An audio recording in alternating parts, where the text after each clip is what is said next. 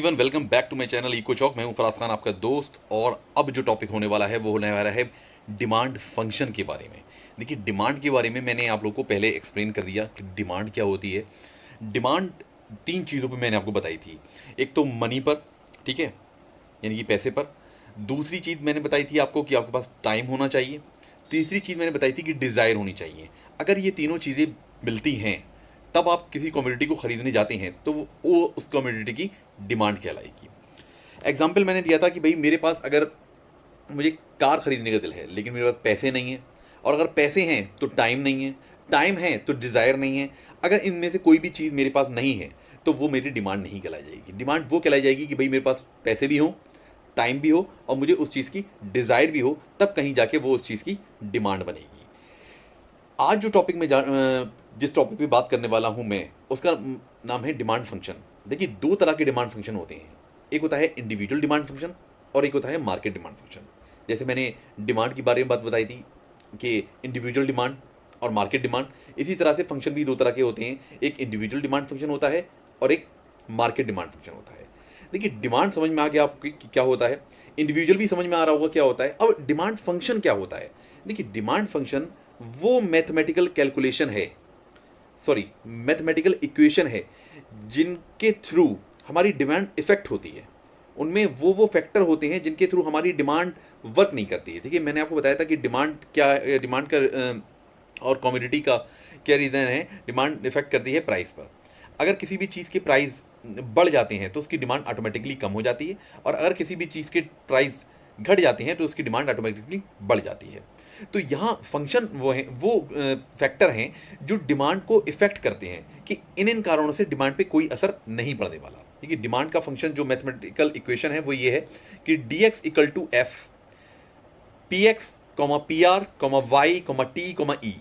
D X demand of commodity, F function है, P price of commodity, ठीक है, P R price of related goods of commodity, Y income of commodity, T taste and preference और E acceptation. ये कुछ कारण हैं जो demand function के हैं और ये डिमांड को इफेक्ट करते हैं। क्लियर है? आई होप समझ में आ गया होगा। अब मैं इसके कारणों को वन बाय वन एक्सप्लेन करूंगा कि भैया सबसे पहले प्राइस ऑफ अ कमोडिटी की बात करें। क्या कह रहा है? refers to the price of the goods whose demand is being considered. As the price of good increases, the quantity demanded generally decreases and vice versa, यानी कि लॉ ऑफ डिमांड।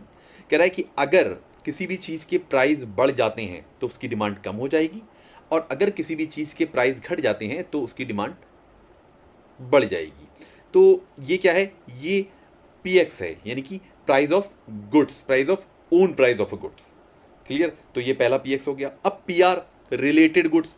देखिए, रिलेटेड गुड्स में दो तरह के goods होते हैं। एक होता है सब्स्टिट्यूट गुड्स और एक होता है कॉम्प्लीमेंट्री गुड्स, और ये दोनों ही गुड्स डिमांड पे इफेक्ट करते हैं। कैसे करते हैं? कि भैया if the price of substitute goods rise, अगर सब्स्टिट्यूट गुड्स के प्राइस राइज होते हैं, demand of goods x increases, तो दूसरी डिमांड, जो दूसरा गुड्स है उसकी डिमांड ऑटोमेटिकली इंक्रीज हो जाती है। कैसे? कॉफ़ी और टी की बात कर लें।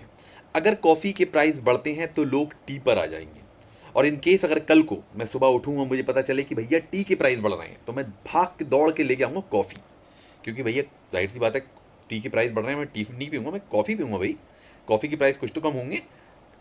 क्लियर? कॉम्प्लीमेंट्री गुड्स वो गुड्स होते हैं जो एक दूसरे पर डिपेंड होते हैं। ठीक है, if the price of complementary good rise, demand of good X decrease. देखिए, पेट्रोल और बाइक की बात कर ले, ये कॉम्प्लीमेंट्री हैं, डिपेंडेंट हैं एक दूसरे पर।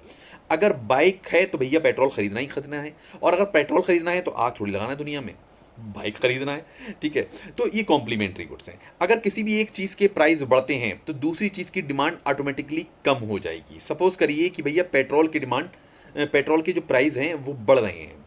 अब अगर पेट्रोल के प्राइस बढ़ रहे हैं तो बाइक की डिमांड कम हो जाएगी। अब लोग क्या करेंगे? इलेक्ट्रिक बाइक खरीदेंगे। यू नो वेरी वेल, आप देख ही रहे हैं ज़्यादातर electric scooty and cars market में अवेलेबल हो चुकी हैं। प्लीज़ परचेज जरूर करिएगा। तो ये कॉम्प्लीमेंट्री गुड्स डिपेंड है एक दूसरे पर। Clear that? उसके बाद क्या कह रहा है?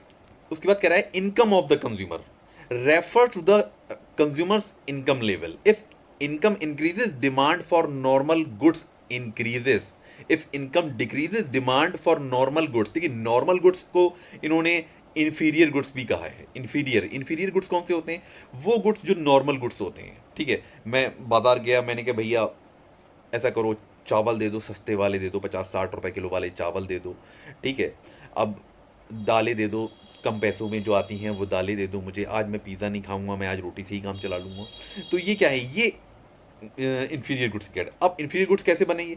अब जैसे ही मेरी इनकम का लेवल बढ़ा तो मैंने कहा नहीं, चावल देना भाई, बिरयानी खाऊंगा आज मैं एकदम बेहतरीन, ठीक है। दाल बेहतरीन क्वालिटी की देना, मुझे बीनना ना पड़े एक भी दाल। मेरी आंखों में वैसे चश्मा लगा हुआ है, दूसरा भी लग जाएगा, नो नो नो। तो इनकम लेवल जब बढ़ा तो हमारी जो क्वालिटी ऑफ कमोडिटी है वो भाई इंक्रीज हुई। जब क्वालिटी ऑफ कमोडिटी इंक्रीज हुई तो हमने डिमांड अच्छी चीज़ों करना स्टार्ट कर दिया और इन्फीरियर गुड्स को छोड़ना स्टार्ट कर दिया। Clear that? आई होप ये समझ में आ गया होगा। तो यहाँ पर डिमांड फंक्शन वर्क नहीं कर रहा है, ठीक है, डिमांड वर्क ही नहीं कर रही है हमारी। टेस्ट एंड प्रेफरेंस की बात करें, कह रहा है refer to the like dislike function habits and personal preference of the consumer. Change in taste and preference can increase and decrease of for a goods. भाई आप लोगों के लाइक डिसलाइक, फैशन जो चल रहा है, क्लाइमेट जो चल रहा है, जो लोग देख रहे हैं उसे देख कर ही कर रहे हैं। भाई पहाड़ों पे घूमने का क्रेज चल रहा है, सब पहाड़ों पे भागे चले जा रहे हैं, हम भी पहाड़ों भागे चले जा रहे हैं, पैसा है नहीं है, उधार लेके भागे चले जा रहे हैं। तो ये क्या है? ये टेस्ट, प्रेफरेंस, हैबिट्स और क्लाइमेट, इन सब चीज़ों का असर यहाँ पर डिमांड पे नहीं होगा। अगर सब लोग, हर कोई एक बेहतरीन बाइक निकाल रहा है तो मैं कहूँगा यार मेरी कॉलोनी में सबने एक अच्छी बाइक निकाल ली और मैं भी कैसे भी करके एक अच्छी बाइक फाइनेंस करा ही लेता हूँ। तो ये क्या है? ये क्लाइमेट है, ये असर हो रहा है भाई आप पे। तो यहाँ पर आपकी डिमांड फंक्शन जो है, वहाँ पर डिमांड जो है वो वर्क नहीं करेगी। यहाँ ये नहीं देखा जाएगा कि इस चीज़ के प्राइस कितने हाई हैं, हम उस चीज़ को खरीदें, नहीं खरीदना चाहिए हमें, ऐसा नहीं देखा जाएगा। टेस्ट एंड प्रेफरेंस है, हमें लेना है तो लेना ही है, डजंट मैटर कुछ भी आपका टेस्ट हो। एक्सेप्टेशन अबाउट फ्यूचर की बात करें तो ये कह रहा है कि एक्सेप्टेशन अबाउट फ्यूचर कह रहा है कि अगर फ्यूचर में किसी चीज़ के प्राइस बढ़ने वाले हैं और हमें प्रेजेंट डे में पता चल गया तो हम उस चीज़ को प्रेजेंट डे में उसी प्राइस पर ज़्यादा से ज़्यादा क्वांटिटी में खरीदना स्टार्ट कर देंगे। डजंट मैटर कि भैया प्राइस घटेगा या बढ़ेगा या उस पर कितना प्राइस बढ़ा हुआ है, doesn't matter. Refer to the consumer expectation about future price income availability. If future price is expected to rise, current demanded increases. जाहिर सी बात है, अगर फ्यूचर में प्राइस बढ़ने वाले हैं तो हम क्या करते हैं? अरे फ्यूचर में प्राइस बढ़ेंगे, खरीद लो खरीद लो खरीद लो, बहुत सारा खरीद लो, सब खरीद लो। अरे फ्यूचर में क्या मालूम कितने प्राइस बढ़ जाएं इसके। लेकिन अगर हमें यही पता चले कि यार फ्यूचर में हमें प्राइस घटने वाले हैं तो कहेंगे अभी रहने दो, अभी रहने दीजिए, हम बाद में खरीदेंगे, फ्यूचर में इसके प्राइस घटने वाले हैं। देखो डिमांड पे कोई असर, मतलब फंक्शन प्राइस का कोई मतलब ही नहीं रहा यहाँ पर। प्राइस और डिमांड, कमोडिटी ऑफ डिमांड कोई मतलब ही नहीं रहा यहाँ पर। यहाँ एक्सेप्टेशन पे बात हो रही है। Clear is that?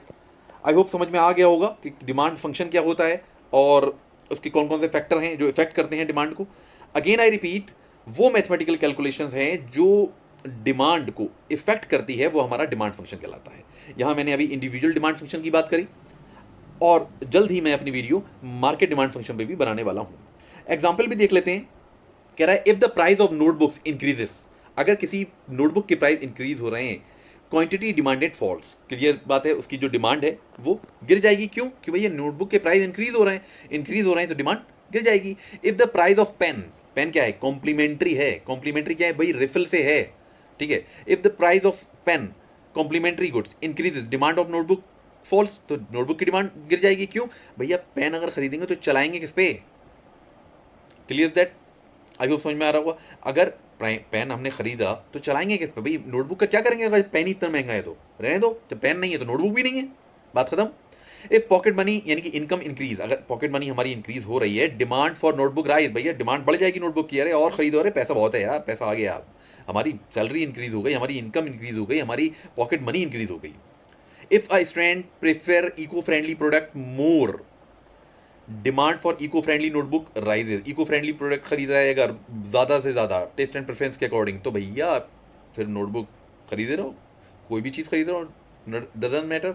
If the student accept notebook price rise in future, अगर फ्यूचर में प्राइस बढ़ रहे हैं, फ्यूचर में अगर नोटबुक के प्राइस बढ़ रहे हैं तो भैया अभी खरीद लूंगा मैं इकट्ठी एकदम बल्क में। तो ये कुछ एग्जाम्पल थे जो फैक्टर को इफेक्ट कर रहे थे डिमांड को। आई होप आप लोगों को ये वीडियो समझ में आ गई होगी, एक्सप्लेनेशन समझ में आ गया होगा। अगर आ गया है तो प्लीज़ लाइक एंड सब्सक्राइब जरूर कर दें, ये पहला काम है लाइक एंड सब्सक्राइब करना। Thank you very much for your loving support.